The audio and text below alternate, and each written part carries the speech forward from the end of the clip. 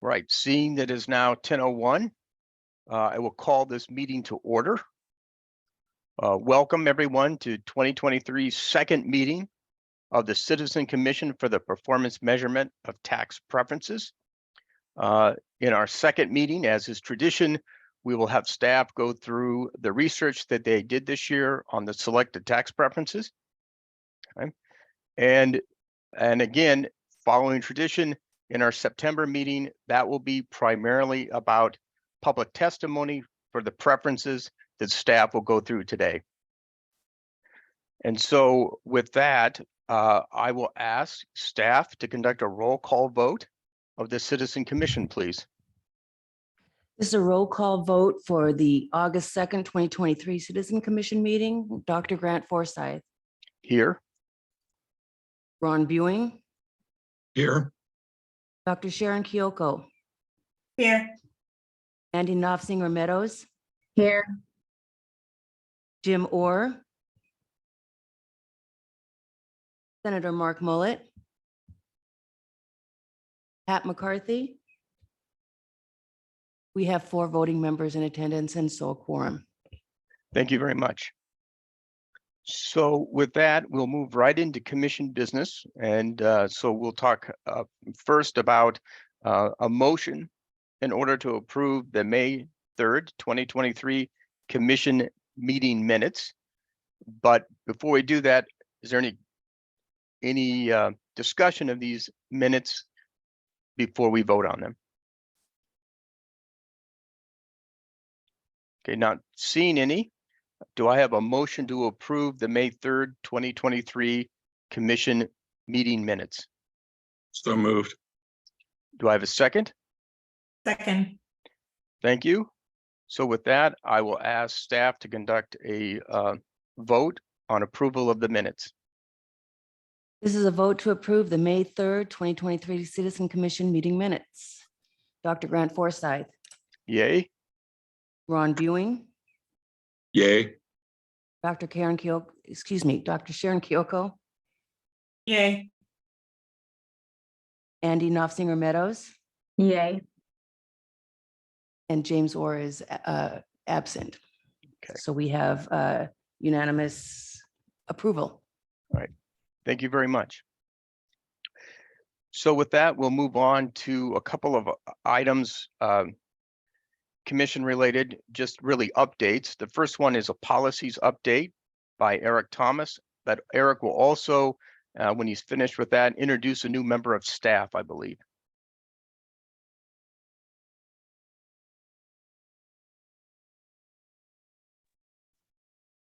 Good morning, Mr. Chair, members of the commission. Wanted to update you and let you know that at the July meeting of the Executive Ethics Board, the board unanimously approved the commission's conflict of interest policies that you all adopted in May. We're working with Kate Reynolds, the executive director of the Executive Ethics Board, to schedule a training for you all at your October meeting, just to understand the policies and I think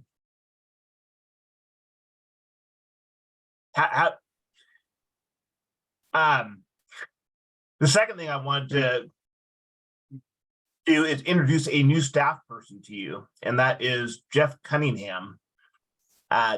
Jeff worked as a project analyst for JLARC for 5 years ago, and has subsequently worked as a senior performance analyst at the Department of Licensing.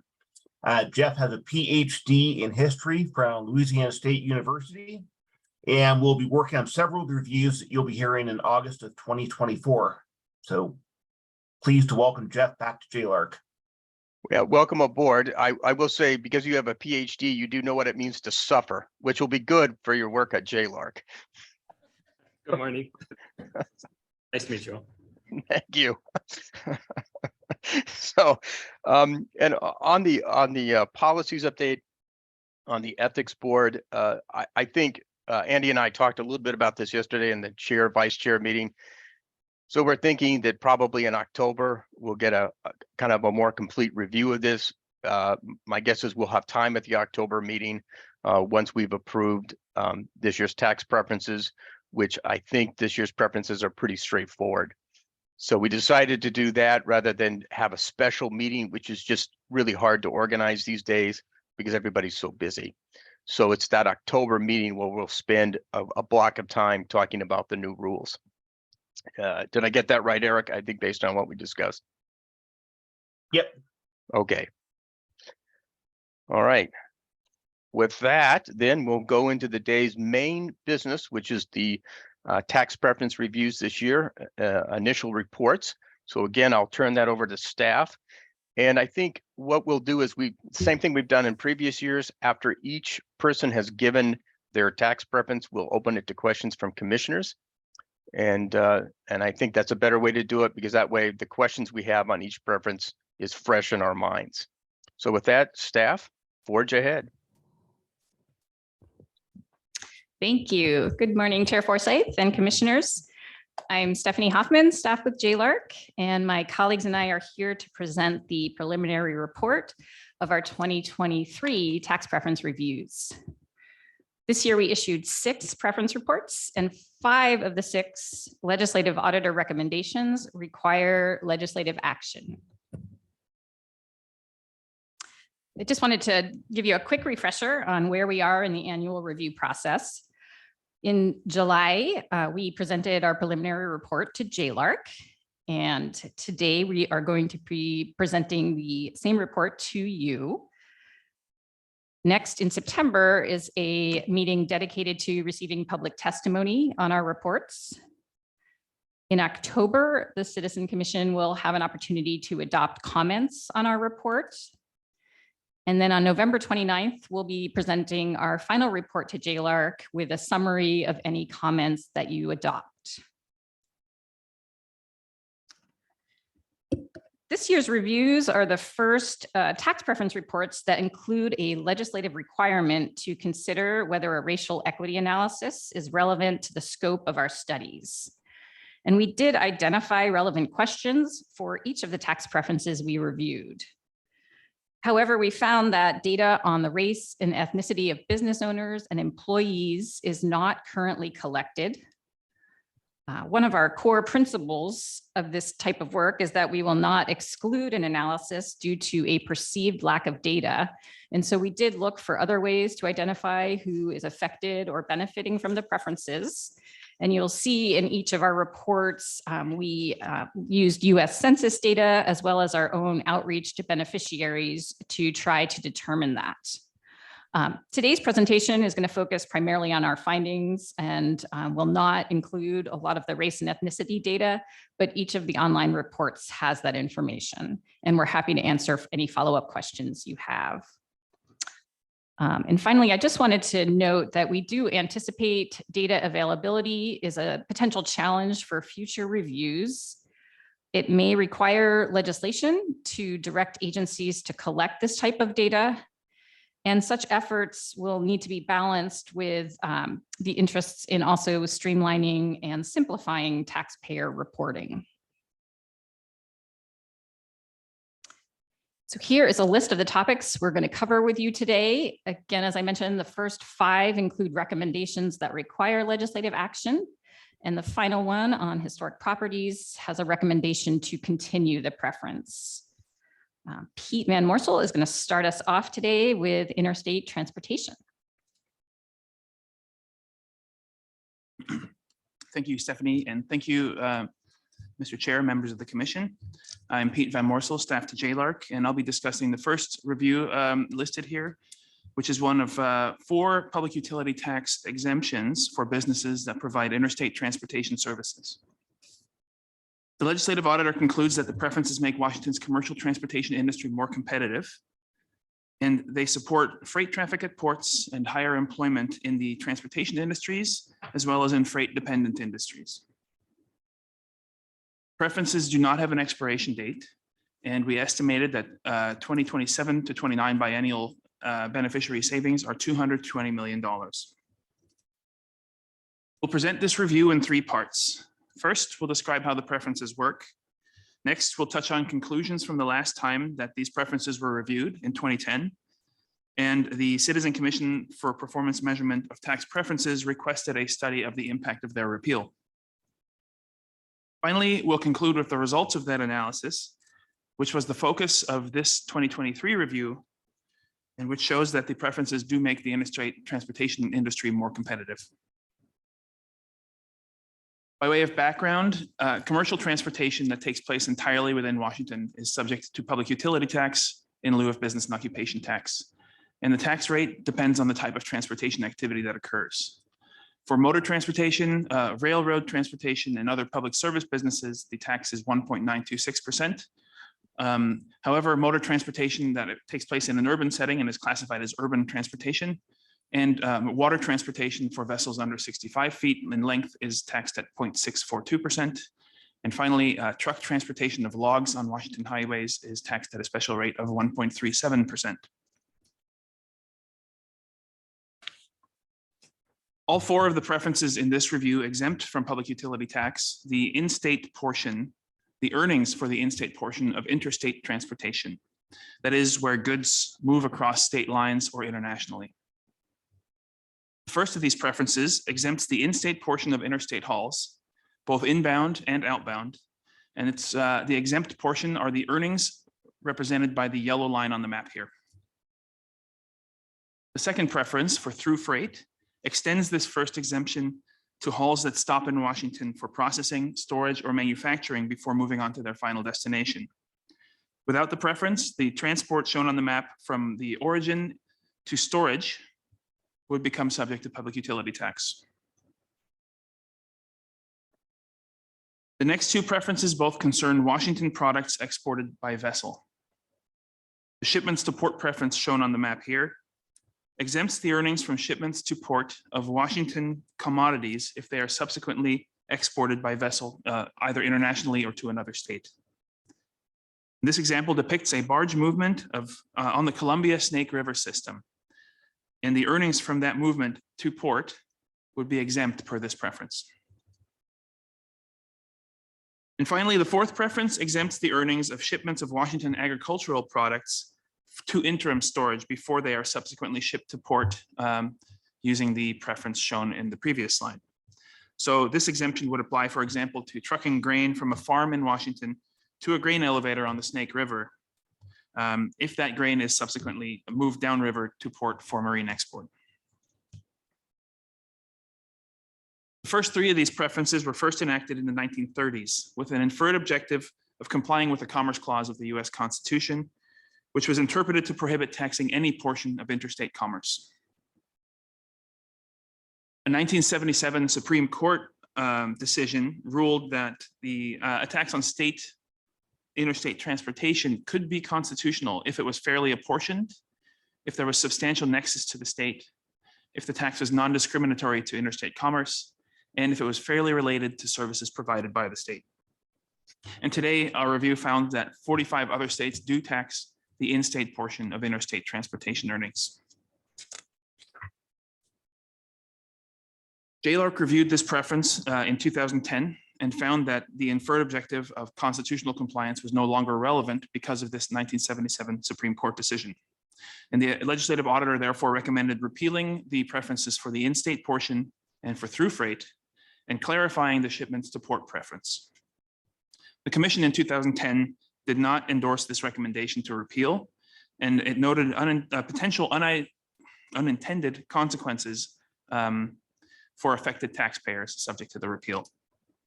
Instead, the commission requested an economic analysis of repealing these tax preferences. And again, that analysis is the focus of this 2023 review, and we'll cover the remainder of this presentation. Our review finds that the preferences do improve the competitiveness of Washington's transportation industry. First, they save the beneficiaries an estimated $220 million in the 27-29 biennium. We also worked with a national accounting firm to evaluate the impact of the preferences on the effective taxes that are paid by rail and truck transportation, the two transportation modes that represent the majority of taxpayer savings in our estimate. We compared the effective tax paid in Washington to that in 10 other states shown on the map. This effective tax analysis is similar to that used in prior tax preference reviews. It applies state and local taxes to hypothetical rail and truck transportation firms and estimates the tax reduction for any tax preferences that apply. In the case of Washington, that is these public utility tax exemptions. Finally, it expresses the tax on transportation as a unitized cost of dollars per 1,000 ton miles to facilitate interstate comparison. The results of that analysis show that for both rail and truck transportation, the taxes in Washington with the preferences are lower than the average of the remaining 10 states. For rail transportation, Washington's tax rate is lowest of the 10 comparison states. And without the preferences, it would rise, but only to second lowest and still remain below the 10 state average. But for truck transportation, repealing the exemptions would increase the tax on truck transportation from 4th lowest to 3rd highest and above the average of the remaining 10 states. The review also found that the preferences support increased freight volume at Washington's marine ports. During the 2010 review, stakeholders testified to express concern that the repeal of these preferences could increase the cost of transporting freight through Washington, and that could make Washington a relatively less competitive import and export pathway. This could negatively impact the level of activity at Washington's marine ports, as well as for the transportation industries that serve the ports by trucking or moving by rail goods to and from Washington's ports to their other destinations. To evaluate the magnitude of potential freight diversion, we worked with a consultant who developed a model that optimizes supply chains for containerized freight originating in East Asia and moving to the United States. And this consultant estimated the potential loss of freight volume to Washington ports resulting from repealing these public utility tax exemptions in the amounts of 0.16% for containerized imports, 0.5% for containerized exports, and 2.7% for bulk exports of grain. We also estimated the impact of repeal using an economic model of the state economy, or the REMI model. We based these estimates on our estimate of taxpayer savings and on what we learned about tax incidents during our outreach to stakeholders in the transportation industries and in their customers.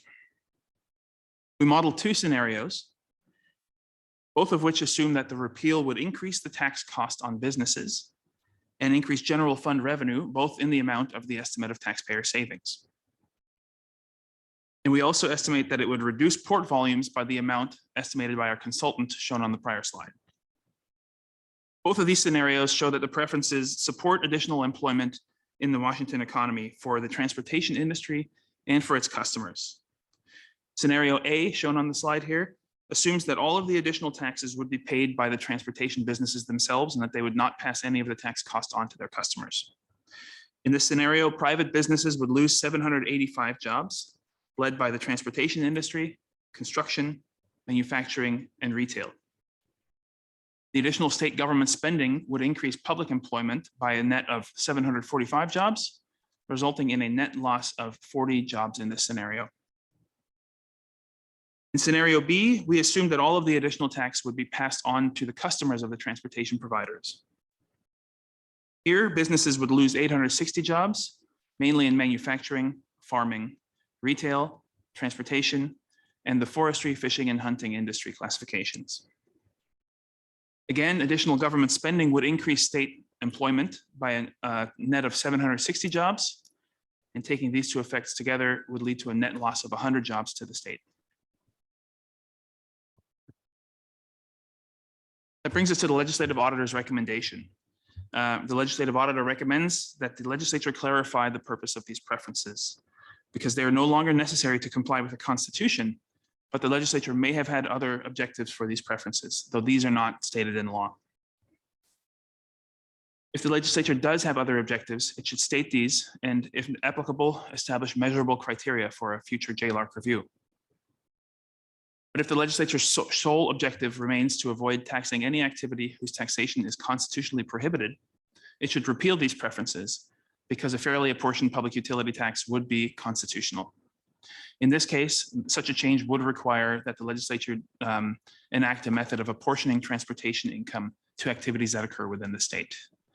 Mr. Chair, that concludes my comments on this portion of the presentation, and I'd be happy to stand for questions. Any questions from commissioners?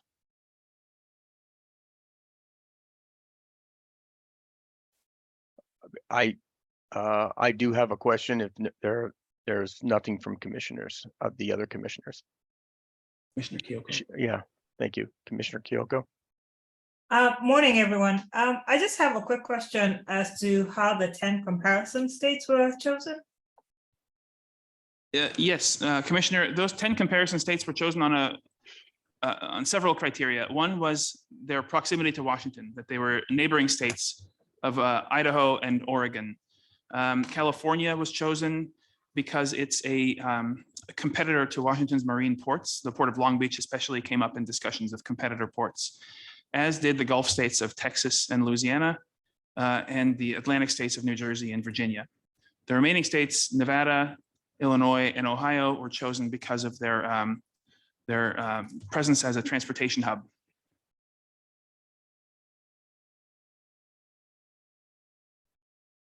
I do have a question as well about the difference between rail and trucking. The change in cost is quite different between the two. Can you maybe talk about why trucking changes so much versus rail, which doesn't really change at all? I mean, I would describe that as sort of in the noise on the rail side. Yes, I can talk about that. The primary difference is the fact that this is gross. The public utility tax is a tax on gross receipts of the businesses, and the moving by truck per ton mile to unitize the cost to move 1 ton of freight 1 mile of distance is generally more expensive to move by truck than it is by rail. Thus, you pay more per ton to move freight 1 mile by truck than you do by rail. Thus, the truck company would generate more receipts per ton mile moved. This would be a bigger tax base, and therefore the additional tax, when that's no longer exempt from PUT, would make a bigger difference in the comparison. The other comparison, the other slight difference between the two is that these are both assumptions for hypothetical rail and truck firms. And because these are interstate transportation firms, we had to make an assumption about the share of miles traveled in state and the share of interstate transportation miles traveled outside of a state. And for trucking, the in-state share, which would become subject to tax without the public utility tax exemptions, was slightly greater at 33% than it was for rail at 25%. And those percentages were developed by the accounting firm that worked on this analysis based on their data for the average freight haul moved by a hypothetical truck firm versus a hypothetical rail firm. Okay. Yeah, thank you. That makes some sense to me. So we're really, on the first part, you really talking about very different cost structures relative to load sizes for the two different forms of transportation. Yeah, yes. In short, the firm profiles for the truck and rail firm have significantly different assumptions for the gross receipts per 1,000 ton miles of freight transported. It's much higher for truck than it is for rail because of the higher cost to transport. Got it. Thank you. Anything else from commissioners? Okay, I'm not seeing any other hands up, so we can go ahead and move on to the next preference.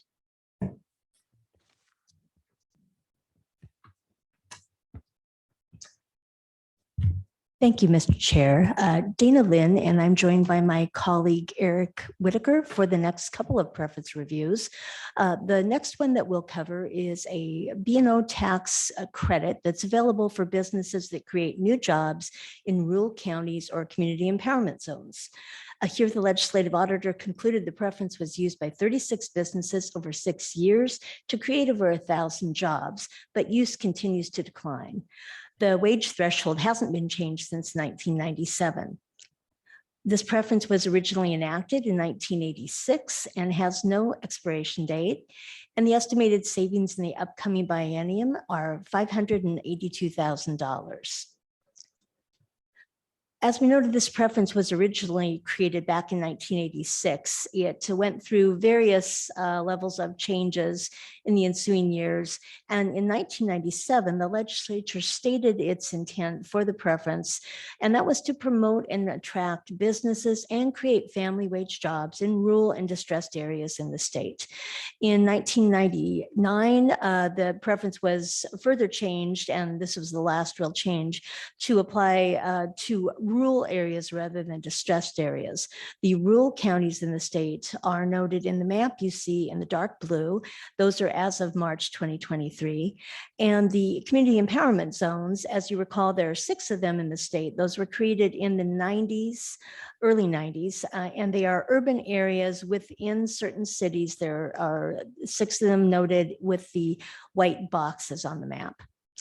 This particular preference has 2 levels of credit available. There's a $2,000 B&O tax credit for each job created with wages and benefits of $40,000 or less a year, and a $4,000 credit that's available for wages, for jobs that have wages and benefits over $40,000 a year. These are available to businesses in the manufacturing, research and development, and commercial testing fields. And in order to get the credit, the business has to maintain that job for 4 consecutive quarters after they create it. That is documented by reporting to the Department of Revenue over a 2-year time period.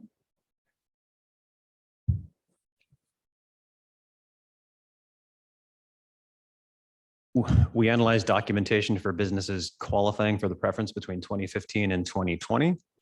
And found that over this time, 36 businesses created 1,041 jobs in 18 rural counties. 25 of these businesses expanded an existing facility and 11 opened new facilities. And as Dana mentioned, qualifying jobs include commercial testing, research and development, manufacturing. And what we found over this time period is that most of the jobs that were created were in the manufacturing sector. 54% of the qualifying new jobs created paid annual wages of $40,000 or less. And we used an economic modeling tool to explore the estimated impact of the reported jobs versus a reduction in state spending equal to the credit amount associated with the jobs that were reported. And this analysis found that if 19 of the more than 1,000 jobs were created due to the preference, then the state broke even. So the employment gains offset the job losses associated with lower state spending. We also looked at the annual use of the credit between 2015 and 2022. So this is 2 additional years beyond the jobs analysis just discussed. Here we found that the number of businesses claiming the credit declined significantly over this period. And similarly, the total credit used each year has been on a downward trajectory, dropping from 1.5 million in fiscal year 15 to below 300,000 in fiscal year 22. Additionally, the wage threshold that determines the amount of the credit has not changed since 1997. At that time, $40,000 exceeded both the average rural county wage of $23,000 and the average statewide wage of $31,000. And as of 2021, the same threshold lagged the rural county average and the statewide average of $50,000 and $83,000 respectively. Finally, we surveyed businesses that claimed the preference between 2015 and 2022 and heard back from 13 of these 89 businesses. And while these businesses that did respond are not representative of all beneficiaries, respondents noted that the preference was not a significant factor in their location to hiring decisions. And so in the scale that's on the slide, anchored by not important on the left at number 1, and the most important factor at number 5 on the right-hand side, the preference was rated at 2.6 for location decisions and 3.1 for hiring decisions. So roughly neutral on both those topics. Of the 13 respondents, fewer than half claimed that they would use the preference again. 4 said that they would not, and 3 were uncertain. And we also reached out to the Department of Commerce for comment about how they market this preference when they are doing business recruitment. And they noted that they regularly inform businesses interested in locating in rural counties about the preference, and that responses have been, quote, very positive, end quote. They did not relay any negative comments. This brings us to the legislative auditor recommendation that the legislature continue and modify the preference. So continue because 36 businesses created over 1,000 jobs in designated areas between 2015 and 2020. And modifications might include adjusting the wage threshold to reflect current economic conditions and linking increases to inflation. And also, if the legislature is interested in reversing the trend of diminished use over the last few years, increasing the credit amounts or expanding eligibility to other industries may help. We'll pause there for any questions before proceeding to the next review. Any questions from commissioners?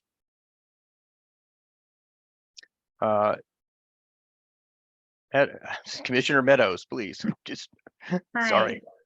Did you get any feedback from the businesses who said they would not use it again as to why, or the ones who were neutral as to why they were on the fence?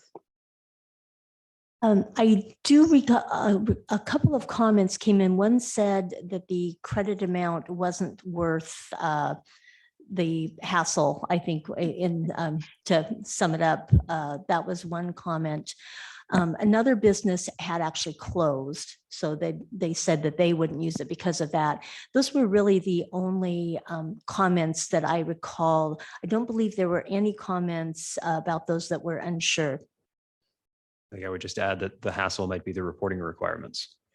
Yeah, as I noted briefly, this does require businesses to apply for the tax preference. They have to document the number of employees that they had before hiring, the number that they hired, and then they have to note how many positions they have over time for those 4 consecutive quarters. So it does require some ongoing reporting for a short period of time and then nothing. Okay, thank you. Any other comments? I do have a couple of questions. One is the issue of the definition of urban versus rural. I mean, it looks like to me from the map, the state is not using the official designation that you get of a metropolitan statistical area, an MSA. So for example, Yakima, the Tri-Cities, these are all technically defined as metropolitan statistical areas. So it looks like the states has their own definition of what rural versus urban is.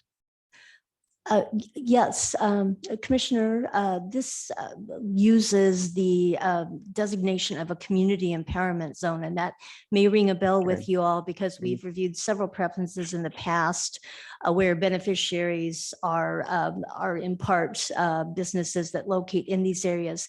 A community empowerment zone was designated in the late 80s, early 90s as certain geographic areas, and they actually are specifically drawn out on maps within 6 different urban locations. It's limited to 6 in statute. So once 6 places fill this up, that's where it has stood since then. These particular areas were noted to have, and Eric will talk about this in an upcoming slide, but were noted to have economic troubles and infrastructure issues as well. So there are areas within urban areas that the state was trying to impact in some way, and a number of tax preferences, including this one, have been directed toward those areas, but there is no mention of metropolitan statistic areas in this particular preference. Okay. The other question I have is really about the wage threshold of 40,000. So if you do an inflation adjustment on that, I mean, if I'm trying to understand, because when I read the preference a few weeks ago, I thought to myself, okay, if you inflation adjust that, which wouldn't, that would be normal. That happens a lot, but wouldn't that further reduce usage because you've dramatically escalated the threshold levels? Or maybe I'm misunderstanding how those threshold levels are applied. Yeah, we didn't hear back from any businesses about the, either the credit, the credit amount. There was one person that said it wasn't worth the hassle. We didn't hear anything about the wage thresholds. The reason that we pointed out the $40,000 might want to be looked at is because the legislature did state it wanted to create family wage jobs. Now, it didn't define family wage jobs. So that is where we did in the report look to the average wages in rural counties and statewide from when that 40,000 was established in 97 to the most recent levels, which would have been the end of 2021. And also in the reports, Commissioner Forsyth, we did note a inflation adjusted amount. I believe, Eric, was it about 75,000? Yeah, I mean, it was similar to what Commissioner Forsyth said. It was close to double. I don't Yeah. remember the exact figure off the top of my head, but Yeah. So, we did, but we were assuming that businesses might contact us and say that they liked I think there was no problem with the $40,000 level. We may have even asked that, and we didn't really get any responses. we can go back and look at the survey results and get back to you with additional information on that specific detail, I think. Yeah. Yeah, I mean, I'm sort of curious about that because, if you inflation adjust, because it hasn't been adjusted for so long, the magnitude of the change is quite large. And if right now the preference has a statistical bias towards firms that are maybe paying lower on the wage scale, do they drop out if you make a dramatic change in that threshold level?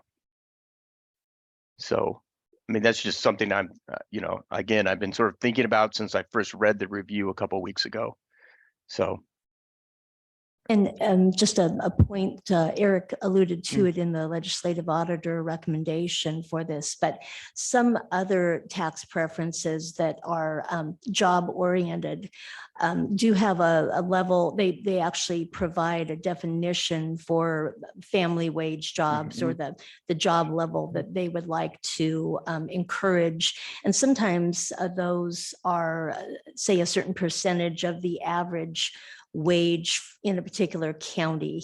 I think the data center one in particular is one I recall has a certain, like 125% of the average, some sort of average wage for each county, which would be another option that wouldn't be a set amount that would continue to be less and less valuable as time went on. Yeah. I mean, in some ways, this preference seems maybe in some ways a bit dated on several fronts. And so, but making big changes to it may change users, people's desire to use it substantially as well. So anyway, that's just something I'm thinking about as I think about this preference. Any other questions from commissioners? Okay, now, Commissioner Kyoko? I just have a quick comment and another question, but I'm just wondering how else the Department of Commerce can encourage businesses to use this credit, or how the Department of Revenue can make the compliance and reporting much easier, right? I think businesses could take advantage of this if, one, it is more widely known, and two, if those compliance with the reporting requirements are made easier. I think we just need to have less barriers to entry, all right? So making information available and then also making compliance much easier would help us to see a greater use of this tax credit. So it's not really a question, but rather a comment.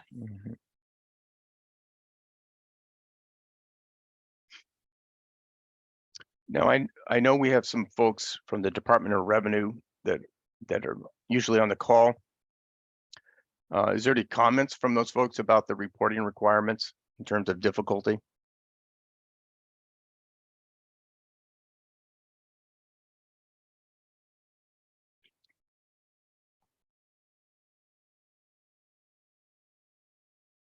This is Birgit Miller with the Hey. Department of Revenue. We haven't, or I haven't heard Mhm. any difficulties.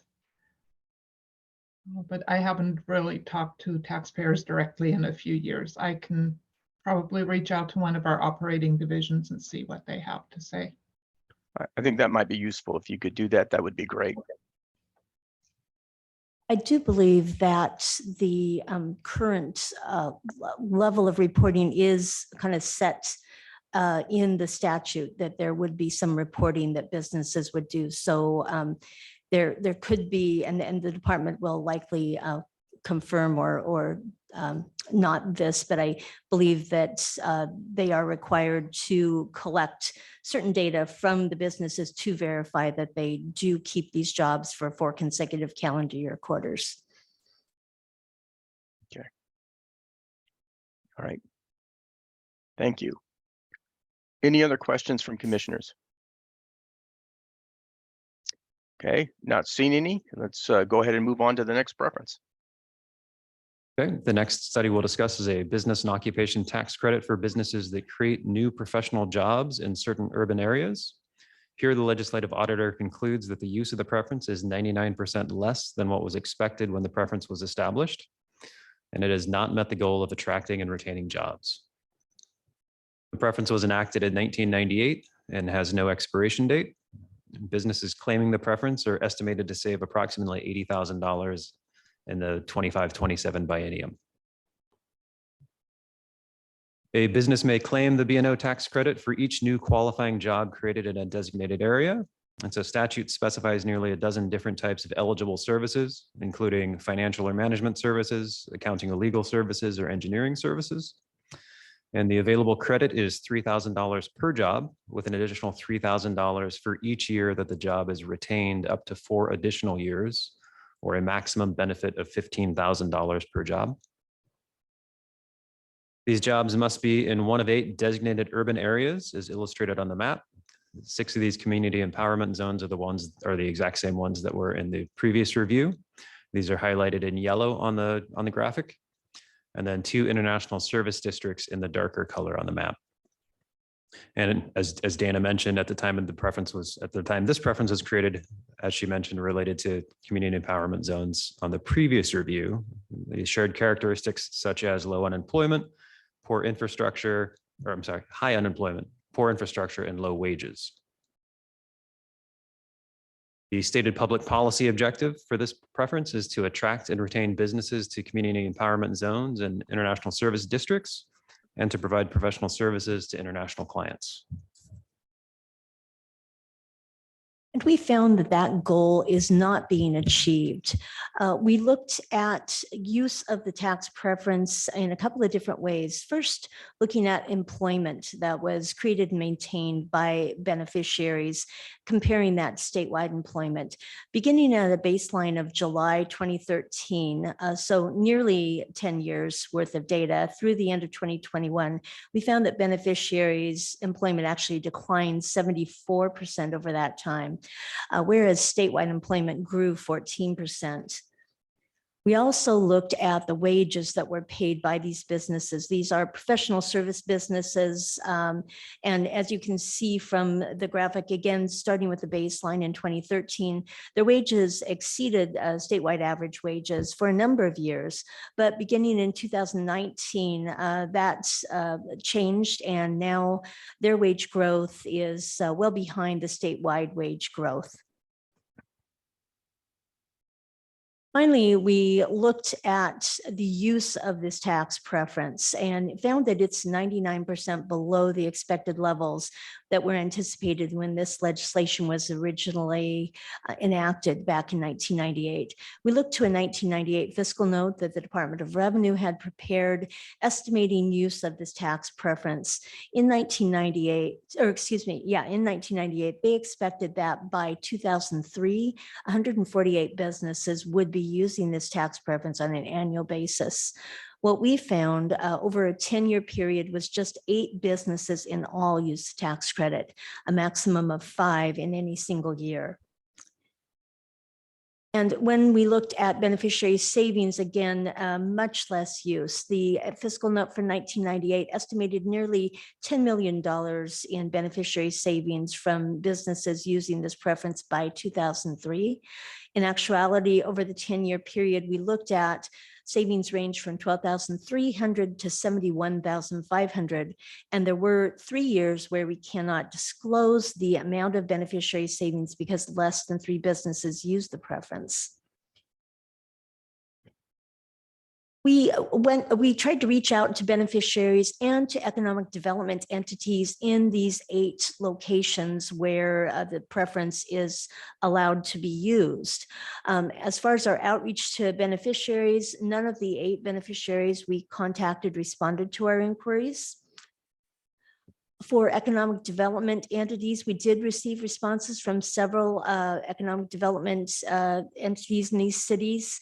Their replies ranged from not being aware of the preference to wondering whether it had been used in their city, so they didn't have too much knowledge of businesses actually contacting them about it. Finally, one entity specifically noted it wasn't beneficial in recruiting businesses to their city. The legislative auditor recommends the legislature terminate the preference because it hasn't achieved the public policy objective to attract and retain businesses in community empowerment zones and international service districts. He notes that if the legislature wants to consult with it may want to consult with the Department of Commerce or with local economic development entities to consider other approaches. And we'll pause here before moving on. Any questions from commissioners? Well, just a comment for me about this. I mean, it's like the world or the economy has sort of moved on from this preference. I mean, I think, the fact that nobody's really applying for it and the people who do aren't getting big benefits is kind of, a revealed preference for this type of tax arrangement, meaning there's really not much demand for it. So, on that, which brings up the question, when it was first introduced, was there much more activity around this preference? We did not go back to look at use of the preference in the late 90s and early aughts, but we did go back 10 years. So I'm not sure. Well, actually, we do know because we looked at Department of Revenue tax exemption studies, which provide estimates on use of preferences through the years. We looked back, going back to the 2004, 2008, 2012 Department of Revenue tax exemption studies. There were minimal businesses using it at those times too. Yeah, I mean, it sounds like maybe this preference was never set up really well to begin with. I mean, so it just, there's not much demand for it then, and even less now. So interesting, very interesting.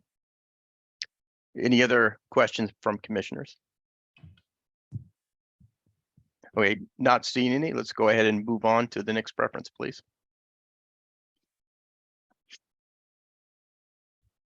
Hey, good morning, Chair Forsyth, members of the commission.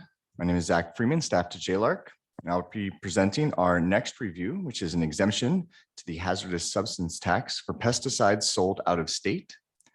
The legislative auditor concludes that the preference is for businesses that store and transport agricultural pesticides sold out of state. Total hazardous substance tax revenue has increased, but likely not due to the preference. The preference is scheduled to expire on January 1st, 2026, and estimated beneficiary savings for the 2023-2025 biennium were $319,000. Preference is intended to keep pesticide storage businesses in Washington and increase statewide hazardous substance tax revenue. Specifically, the 2015 legislature stated that the exemption was intended to incentivize in-state storage for pesticides sold in-state and out of state.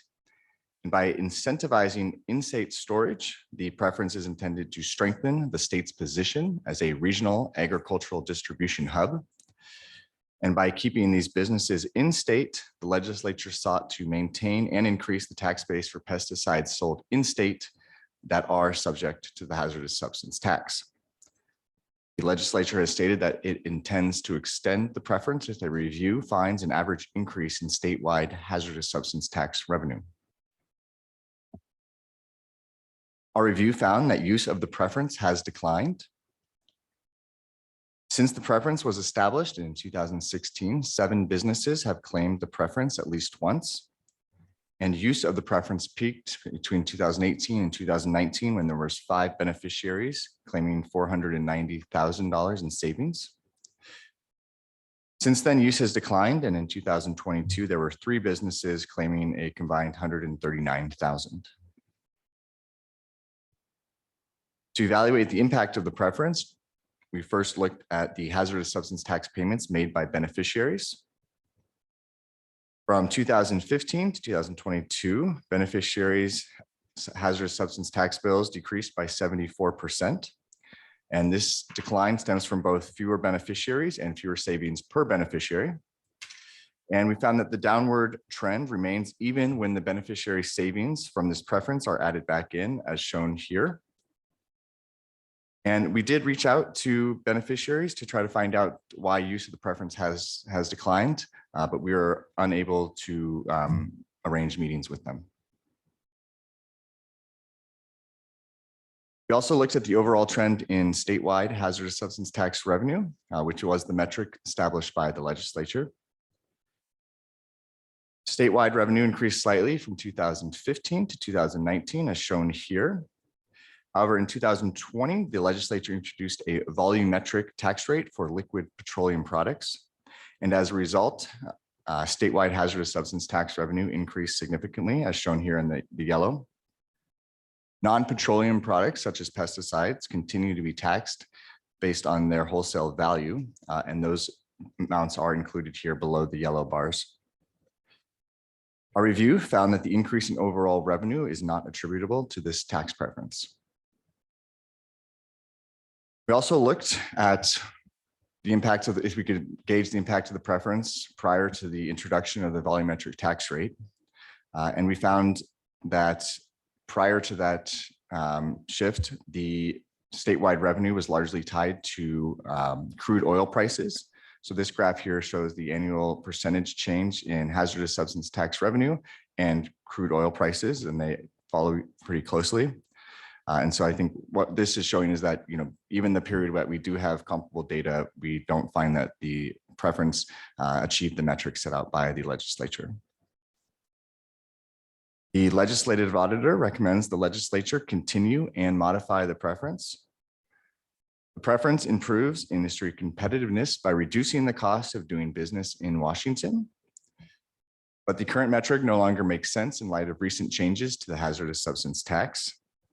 And as a result, the legislature may want to establish new metrics or recategorize the preference before it expires in 2026. Happy to answer any questions. Questions from commissioners?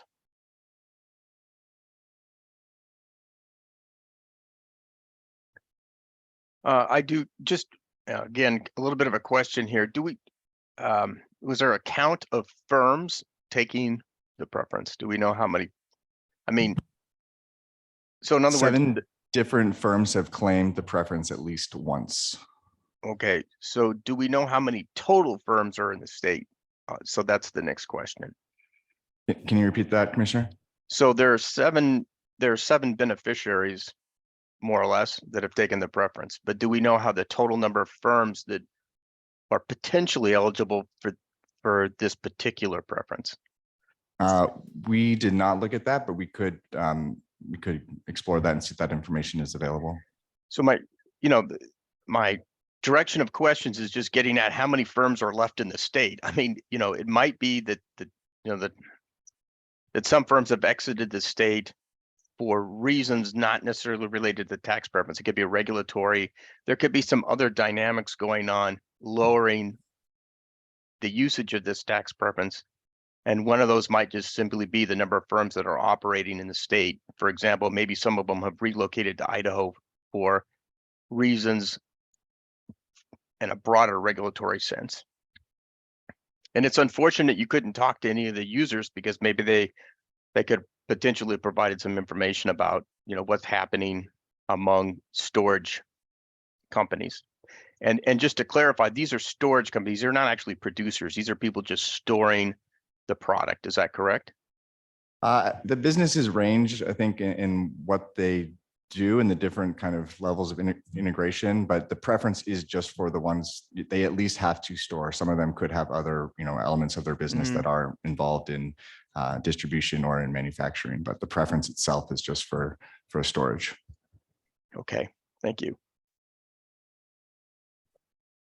Any other questions? Commissioner Meadows.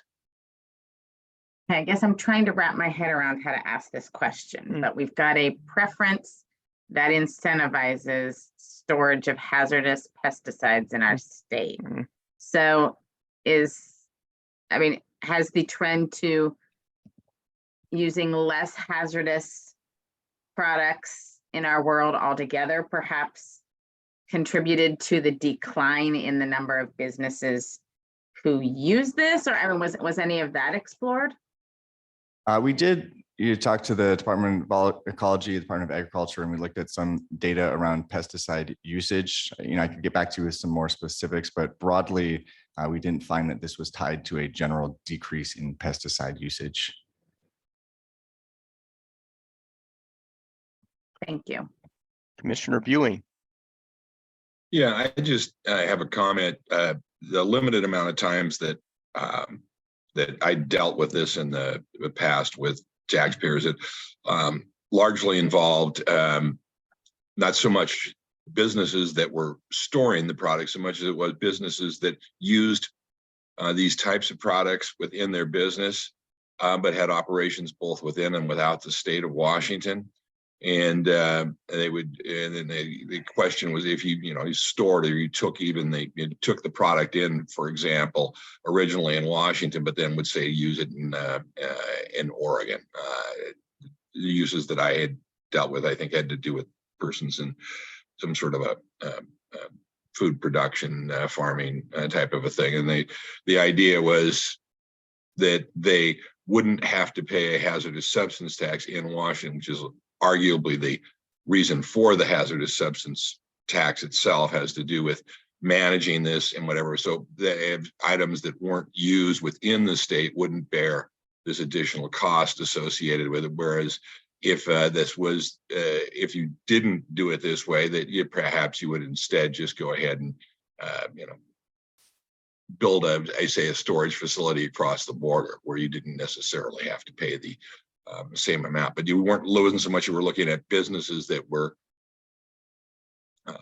storing hazardous substances on behalf of others, so much as it was businesses that were using their own facility in the context of their businesses, and then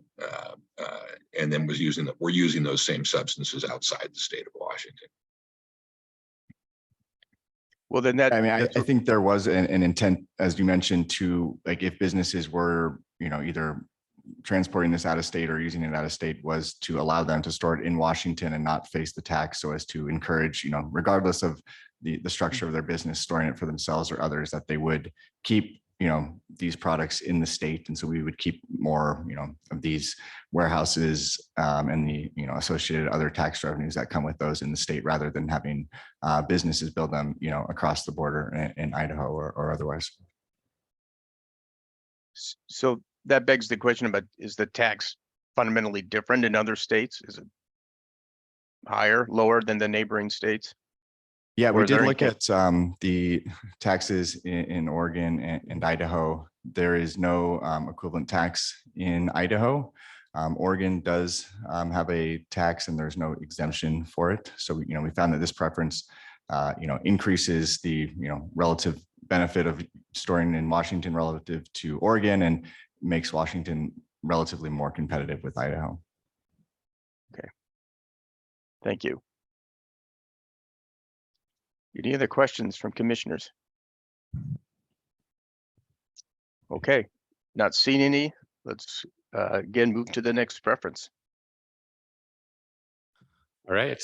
Good morning, Chair Forsyth and other members of the commission. My name is Ryan McCord, staff to JLARC, and the next preference that Dana and I will be talking about is a property tax exemption for historic ships and vessels. That we concluded that owners of 11 historic vessels saved an estimated $21,000 in 2023, but it's unclear if the preference met the inferred goal of keeping historic vessels in the state. There's no expiration date on this preference, and it was enacted in 1986 before the state centennial. And the estimated 2025-27 beneficiary savings is about $21,000. So this preference exempts vessels that are listed on a state or national historic register from paying the commercial vessel tax, which is a form of property tax.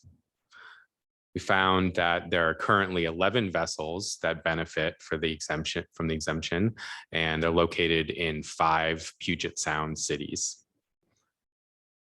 9 of them are owned by nonprofit corporations and 2 by for-profit corporations.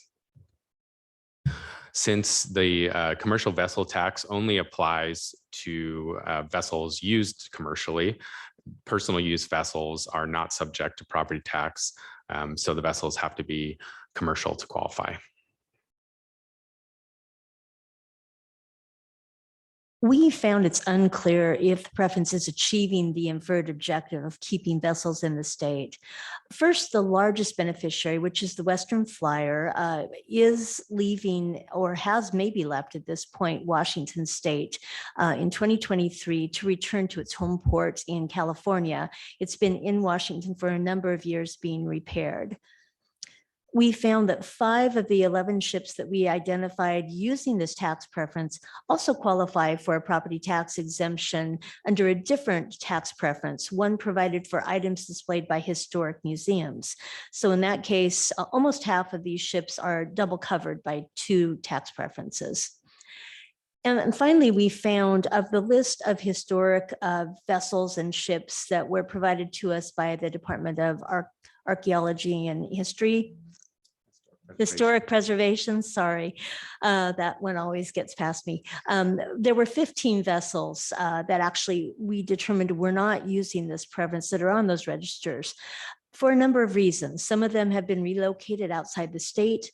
A number of them are deconstructed or otherwise not seaworthy. And then there are a few that are otherwise ineligible, such as being owned by a government entity that would not be subject to commercial vessel tax.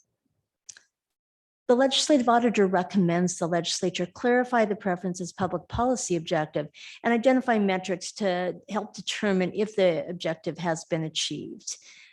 I will pause here before we move on to our final review.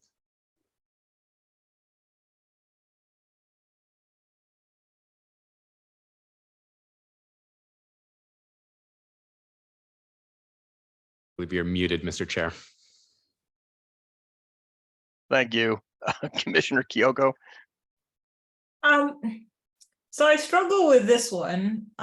First of all, it's not clear to me why the nonprofit vessels are subject to a property tax. I thought the nonprofits do not pay any taxes. And then 2, it just seems such a very niche of a tax preference, which from a public policy perspective, we need to think about how we add on to our tax code, making our tax code much more difficult to administer. So I guess you can ignore my last one because it's really not a question that you can answer appropriately. But if you have any comment on my first question, that would be useful. I don't understand why we have a tax exemption for nonprofit vessels. I thought nonprofits Nonprofits are not exempt from taxation in Washington State. They are fully subject unless they're exempted from certain things, which there are a number of exemptions for nonprofit organizations, but they don't enjoy for federal tax purposes, nonprofits are not subject to income tax. However, that Washington State does not have that particular provision in our tax law. And unless there's an exemption for nonprofits, they are subject to tax. Okay, so for example, I know they don't, do they pay property tax, right? There is an exemption for property tax. That's what you're saying. I don't know about property tax. Perhaps the Department of Revenue folks could jump in to clarify that, but they have this specific exemption. It's not just for nonprofits, it's for any historical vessel that's on a register. So in the case of this preference, Ryan and I found 2 for-profit corporations that own historic vessels that are used commercially, and then a number of nonprofits that operate vessels on a commercial basis that qualify. And just to add to that, my understanding is that there's no blanket exemption for 501c3s or other nonprofits for property tax generally, but there are specific exemptions. I know, for example, churches and religious organizations often don't have to pay certain property taxes, but there's no blanket exemption. Thank you. Commissioner Buie. Yeah, I was just going to basically say what they just stated, which is that, you know, in the state of Washington, we don't have any broad-based exemptions for nonprofits. You will see individual ones. For example, I think we've looked at some of the past in the healthcare area where those were up, and there's so these were you know, this is a very, like I say, very limited exemption applied to vessels that are historic vessels that thereby also, I think, are, you know, probably require a certain amount of maintenance and things that are, you know, might not otherwise be expected, and oftentimes are, you know, do happen to be used within nonprofit organizations. And that's the one thing that, you know, even though we might think of something as being nonprofit in nature in terms of an activity of one of these entities, from a Washington perspective, if you, for example, are charging, you know, someone to view or, you know, come in and see a vessel or something along that line, you know, the mere fact that there's a nonprofit motive behind what is being done to, you know, say, preserve the vessel or you know, provide educational benefits or something along that line, unless there is a very specific exemption within the Washington Code to that activity, those activities would generally be taxed. If there's any benefit received by the organization, the general default is taxation of that entity. We're a little different than other places.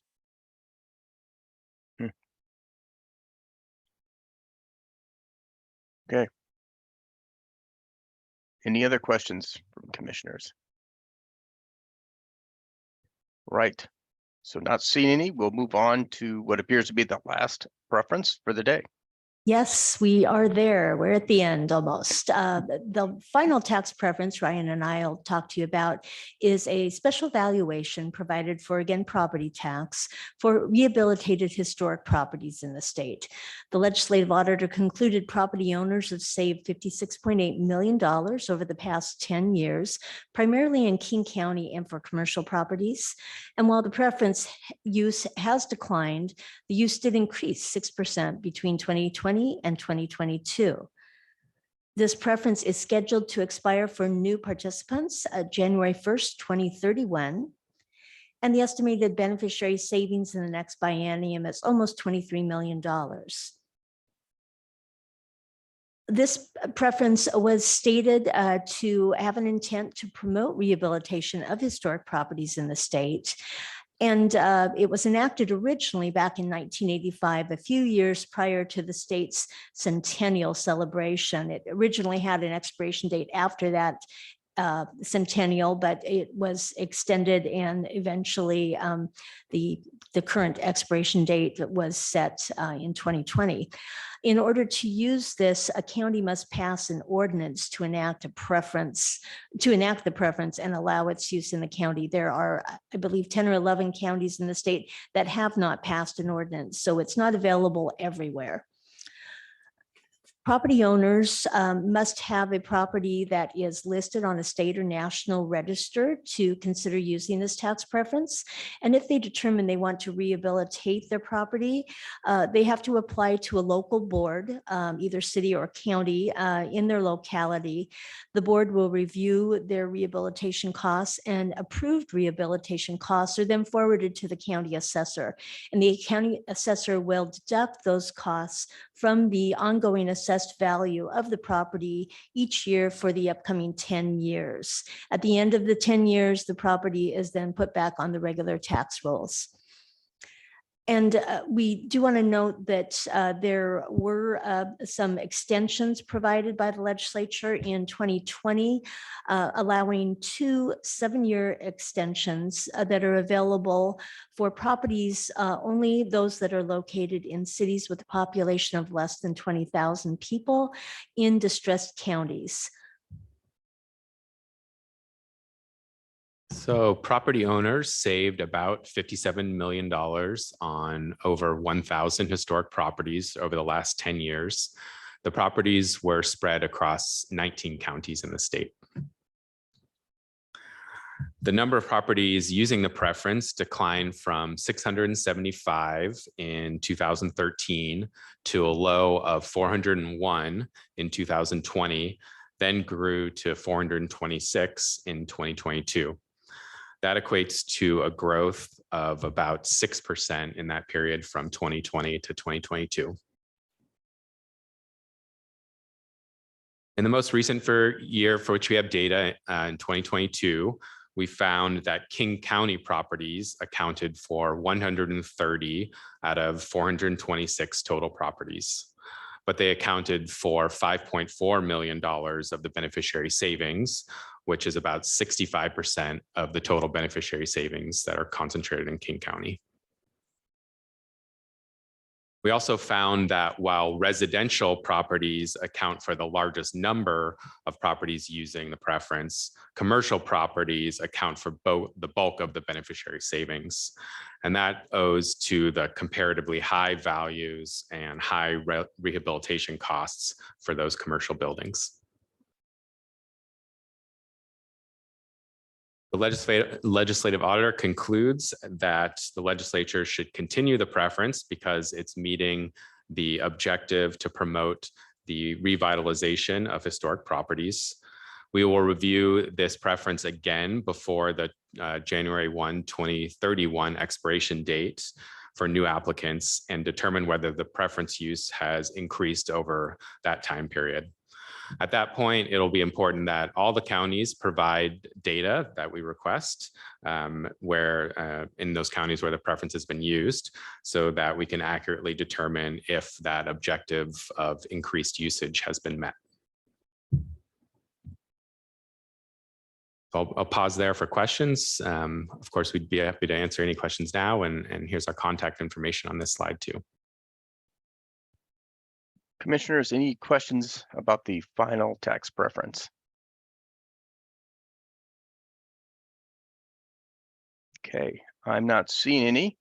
So with that, a couple of final issues. One is disclosure issues. So I wanted to make sure I heard the staff report. So in my judgment, I don't think I have any significant connections to these preferences via my job with Avista, which is a investor-owned utility.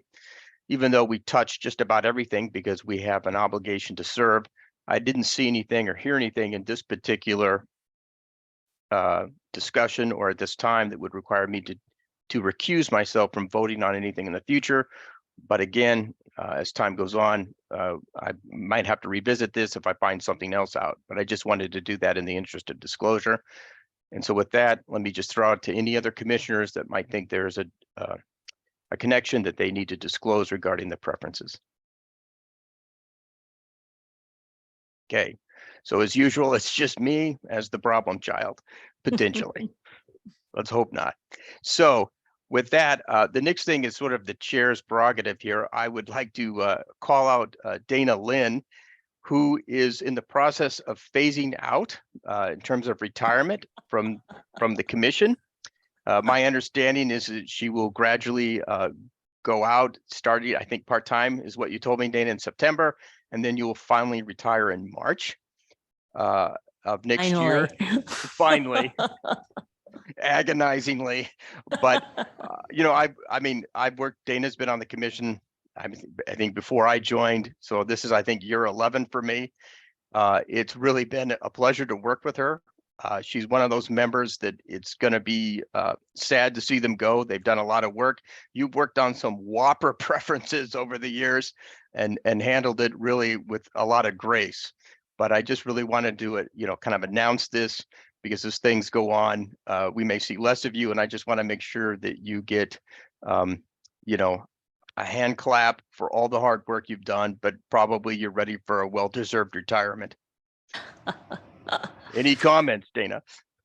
Well, thank you, Chair. That's very kind, and I really appreciate your comments. I just want to say it has been 14 years I've been here at JLARC doing this work, and it's I'm just so proud of the work that our staff does in this tax arena. It provides such good information for policymakers on whether these tax preferences are doing what they're supposed to do. And I don't think that work was being done at all before. And really want to thank you all for your attention and your time and volunteering your knowledge and efforts to the state to provide commentary on these.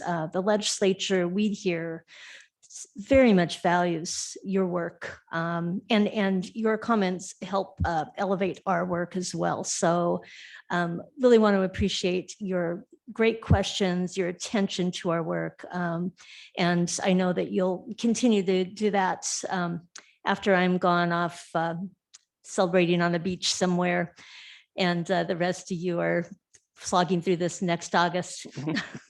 Ha ha. Yeah.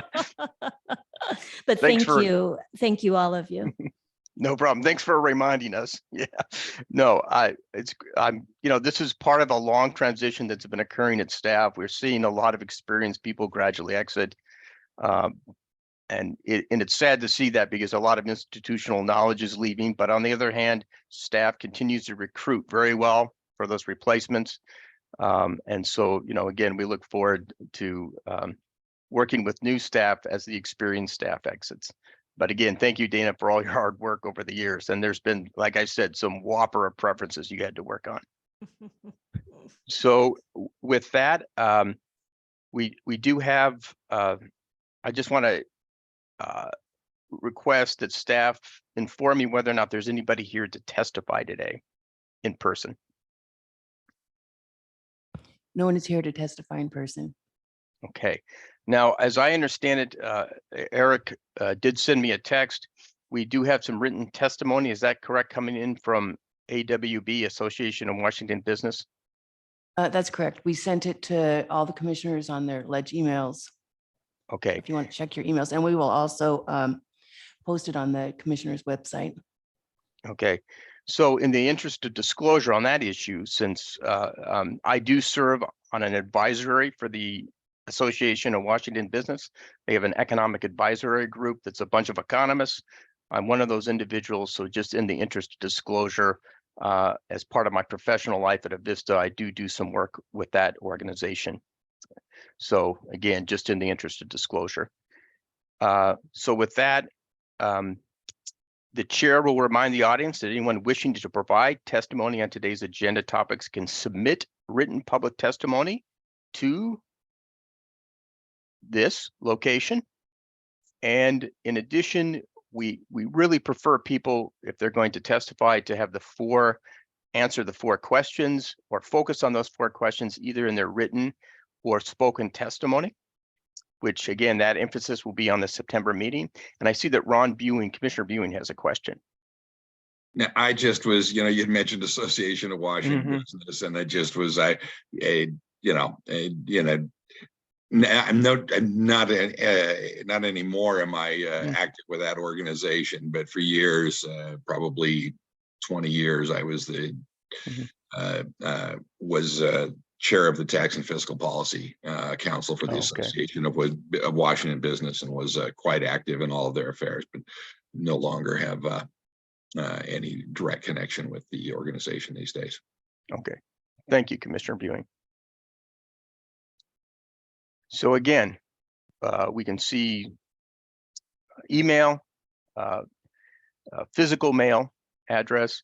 And again, the 4 questions we encourage people to focus on if they are going to testify, either written or in person. And so with that, talking about the next commission meeting, which is September 27th, 10 a.m. Stephanie Hoffman from staff will discuss that or have some comments about that, I think.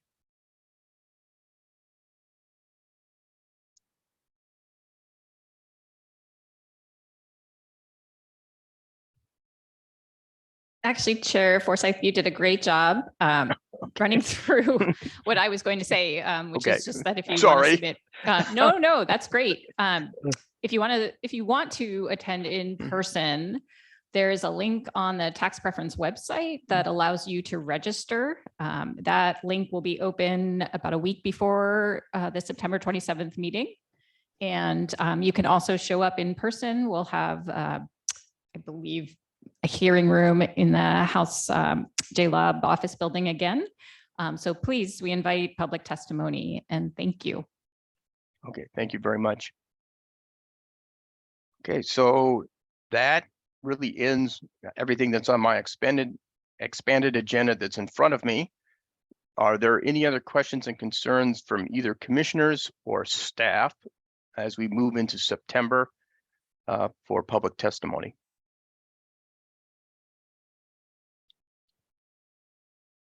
Okay, I'm not seeing anything. So with that, thank you for everybody's participation, commissioners and staff. I will declare this meeting adjourned. Thank you very much.